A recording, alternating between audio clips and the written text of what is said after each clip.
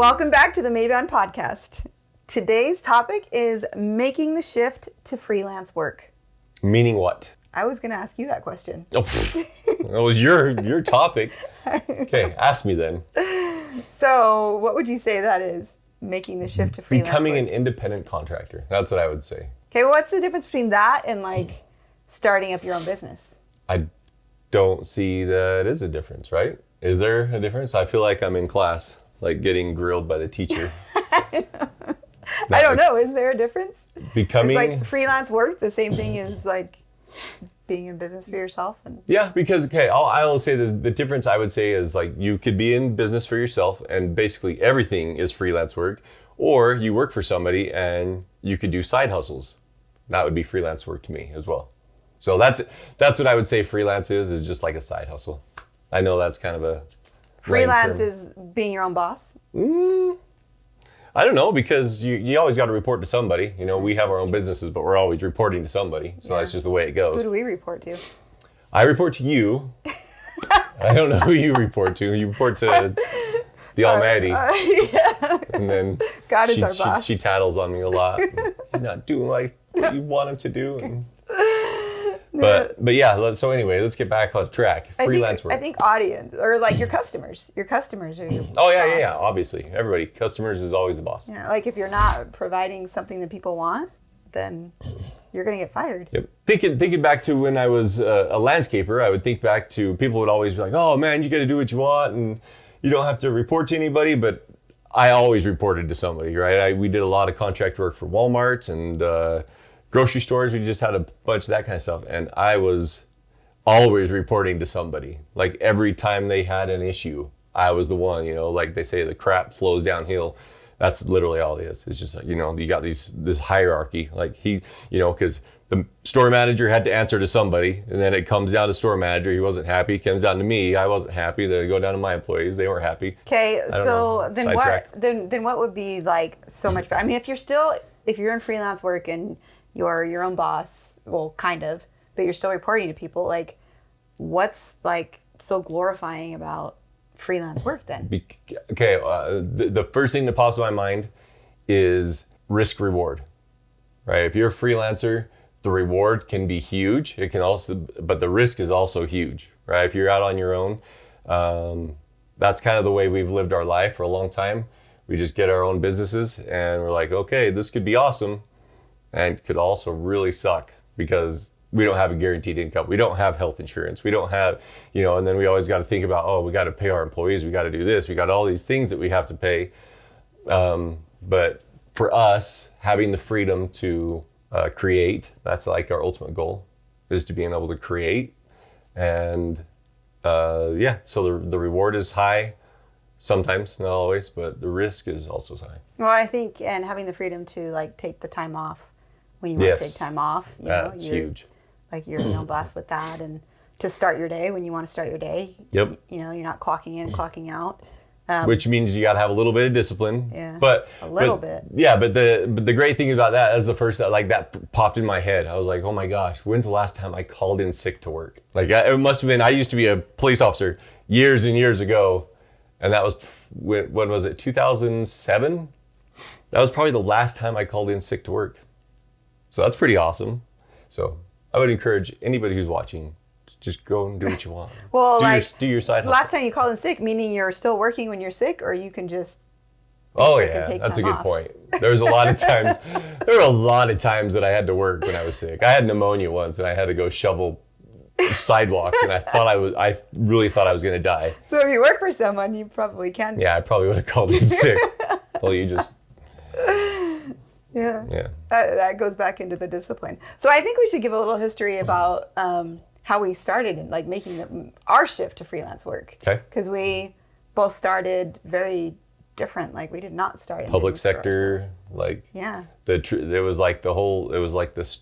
I don't know. I wouldn't call it storybook, but it was like Holly was a school teacher. I was a cop. And we both went. Yeah. So we both went to college together. Yep. While we were married and had a baby, went to college, like graduated college with a baby.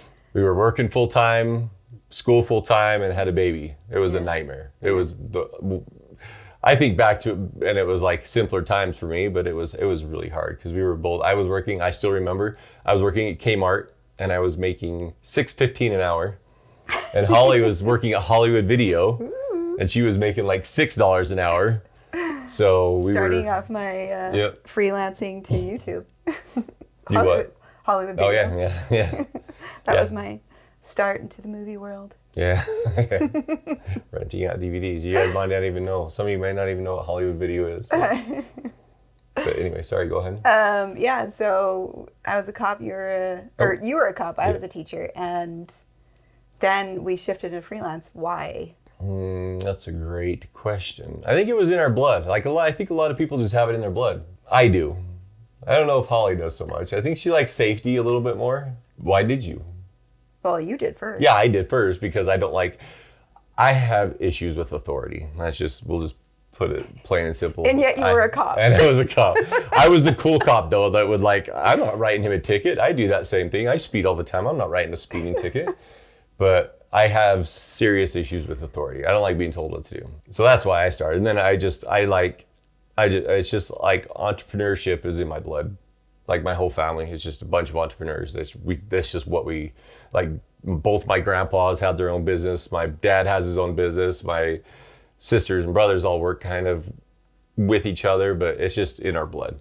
So that would be your shift. So you went from being a cop, you decided, how long were you a cop? A couple years? Yeah, about 3 years total. And then you were like, okay, this isn't for me. Yep. And you went into business with your family. Yep, which was awesome. So you bought a bunch of lawnmowers? I don't think you'd ever really done anything like that, had you? No idea. Because I was doing work with my parents, and then my sister came and was like, hey, all these Walmarts want a landscaper. Could you do that? I'm like, heck yeah, I can mow lawns. I had no idea. So I just went and bought a bunch of equipment and started mowing lawns. I mean, it's easy, but trying to fix broken sprinkler valve boxes and stuff, that was a little more complex for me, but it's easy. It's all easy work. But yeah, I think that was the difference, is when an opportunity is presented to me, I just take it because I don't care. Like I've failed so much in my life, it doesn't affect me anymore. So I've failed so many times with business. And so if somebody's like, hey, you want to do this? Heck yeah, let's do it. I'm in, and then if we fail, we fail. But I don't have a problem with failure. That's probably the big difference with us. Cause Holly is a perfectionist and she does not like to fail. Yeah. So but she still hasn't. You started off doing freelance, going into business with your family, and then eventually you kind of broke off and went on my own. You went on your own. Well, yeah. And that's when I joined him and I started working with him, and I started taking over the books. I think I'm, we each have our talents. We have our strengths. Our strengths, and they're complete opposite of each other. Yeah. So when we can work together, it works out well. I took over the books. Sometimes. Took over. It works well for most time. I mean, having a husband and wife working together can be hard, right? But I think we work well together, for the most part. Mm-hmm. Yeah. Yeah. I think so. I think more than he does. Probably. It just gets hard. I don't like conflict, so. You don't like. And I don't like authority. Yeah. That's what you don't like. Which, when it comes down to it, she's the authority figure. That is not true. I am totally fine with you telling me what to do. Okay. So then we did the landscaping, she did, and then she created Maeband in 2012. She was super excited about that, also super scared. But she came to me with the idea because, it was like an inspired idea on her part, and she came to me, she's like, oh my gosh, I don't know what to do. And I was just like, yeah, let's do it. I can't wait. It's going to be awesome. Just because I just love anything new. My whole life, if I can't change every 3 years, I'm not happy. So. And I was actually a school teacher before that. So I was a school teacher for 5 years, I think. Yep. And I quit being a school teacher, went on leave when I was pregnant with Briley. Yep. So it was my third child. And just decided, I have 3 young kids at home. None of them were in school. I just wanted to be home with them. And it was just too much trying to work and do that. But then maybe I got bored or God had something else in mind, because then when I was pregnant with my fourth child is when that idea came. And actually, fourth child named Maeband. And before that, I was helping you with. Yeah, she was helping me with my landscaping. With your landscaping, but then Maeband came along, and then I kind of started transitioning into that and doing my own thing with that. Yep. And then I did my landscaping, did my own for a while, and then I got tired of it, and then we moved to YouTube, which we do YouTube now as a family. It's just like a family business we do with our kids, like skits and stuff. It's pretty fun. Like, it's hard, working with your kids, and but overall I feel like it's brought our family together. I never thought that was another inspired idea. I feel like it was another business we felt inspired to do. And so before we even had any sort of following on YouTube, I sold my landscaping business, and I was like, all right, I'm going all in. Let's do this. So I would say that is like another kind of key point. Like, some people do it as a side hustle. Yeah. And, try and grow a business while they have a safety net of another income. Which some people can. I'm not disciplined enough to have, I just can't. So if I had still had my landscaping, I wouldn't have gone 100% into YouTube, because I would have been like, oh, I got this to do. I got this. I can't do a video this week. So I sold my landscaping, and I was like, all right, we're all in on YouTube. And so that's what we did. But lucky enough, we also had Maeband going. Yeah, we had Maeband to help us out for about a year. That was our sole source of income while we grew our YouTube channel. Yeah, because we didn't make any money off of YouTube for 9 months. Mm-hmm. Yeah, and so that was fun. Now we're still doing YouTube, and now I'm looking for my next thing. So. Oh, gosh. We've done YouTube for like almost 4 years now, 3.5 years. So it's time to change my life again. So, and that's the other thing. That's something that we recently learned too in the book, The Big Leap. Yep. So it talks about your zone of genius, right? So there's 4 different zones that you can be in. There's your zone of incompetence, and which is like all of this. That's obviously something that you don't understand and you're not skilled in, right? So there's your zone of incompetence, then there's your zone of competence. And that would be something that, you're efficient in. Most people can do it. Yep. You can do it well. Like, anybody can pretty much do it. Then there's your zone of your excellence. Zone of excellence. Something you're good at. Yeah. Right. Something you're skilled at, but it's also something you've more like practiced and established over time. Yeah, so like my landscaping. Yeah.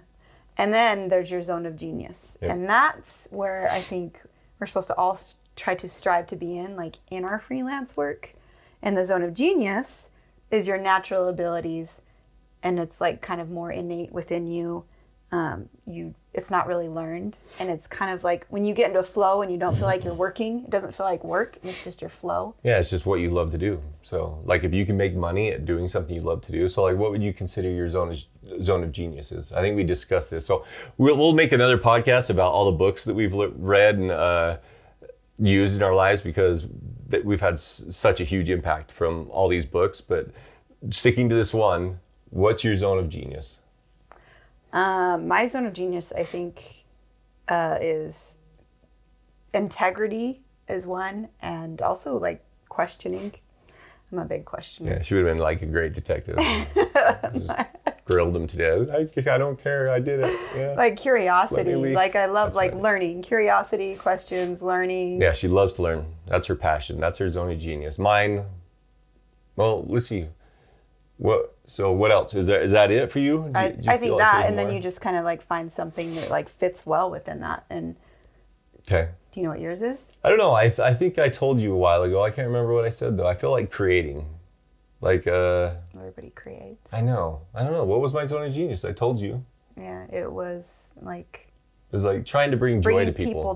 Bringing people joy. Yeah. That's what I tried to make my zone of genius. That's what makes me happy is when, like with our YouTube channel, when we're out and like little kids recognize us. It's not like an ego thing. I assure you. But it's just cool to see their face, how they have this big smile and they come up and like, hey, you're the KJR crew. And it's really cool. And so I think that brings me probably the most happiness that I've had, obviously in a job. Yeah, so I would say that's my zone of genius, is trying to bring people joy in just different ways. So that's what you're looking for. Yeah, and so we would encourage all you guys to find your zone of genius. That's what we talk about. That's what we try to talk about with our kids. Try to find your zone of genius and play the most in that zone. Yep. Sometimes you can't. Sometimes you're going to be playing in your zone of excellence. Yeah, which is fine. That's going to be your job. But as much as you can, play in your zone of genius. And so, who knows? It may, like, that's what we've talked to people, and they're like, "Oh, how do I monetize my zone of genius?" I don't know. I wish we had just a clear-cut answer. Like, sometimes it won't be monetized, but it's your zone of genius, and you're doing what you love to do. Well, I think that's kind of the great thing about like YouTube and influencers on social media and stuff now is, man, like we're in a day and age where you can monetize literally anything. Literally can do anything you want. That's what I always tell people, because I know so many people that have these side things and they're like, "Oh, should I do this?" And I know it sounds stupid, but whatever you do, put it on YouTube. You never know how, if there's an audience out there for it. I remember not too long ago finding a channel on YouTube about this guy literally detailing cars. He would speed clean them, and he had a huge following, and he was literally just detailing and cleaning cars. And so who would have thought he could be making probably hundreds of thousands of dollars a month by detailing cars? And so people, like, we're just in a different time now. I don't know what generation I am, Generation X. I don't know. I'm 44. So my brain didn't understand this 3 years ago, right? I'm like, nobody's going to watch this garbage, But there's an audience for almost everything out there. So if you have a zone of genius, play in it and see what you come up with. Exactly. And I also have to say, especially for like moms out there, if you're going into your own freelance or going into your own business, like it was a huge struggle for me to balance everything, like, trying to like keep stuff clean, trying to like take care of kids, trying to cook, trying to, there's just so many things like a mom and even, dads and just as parents you have to do.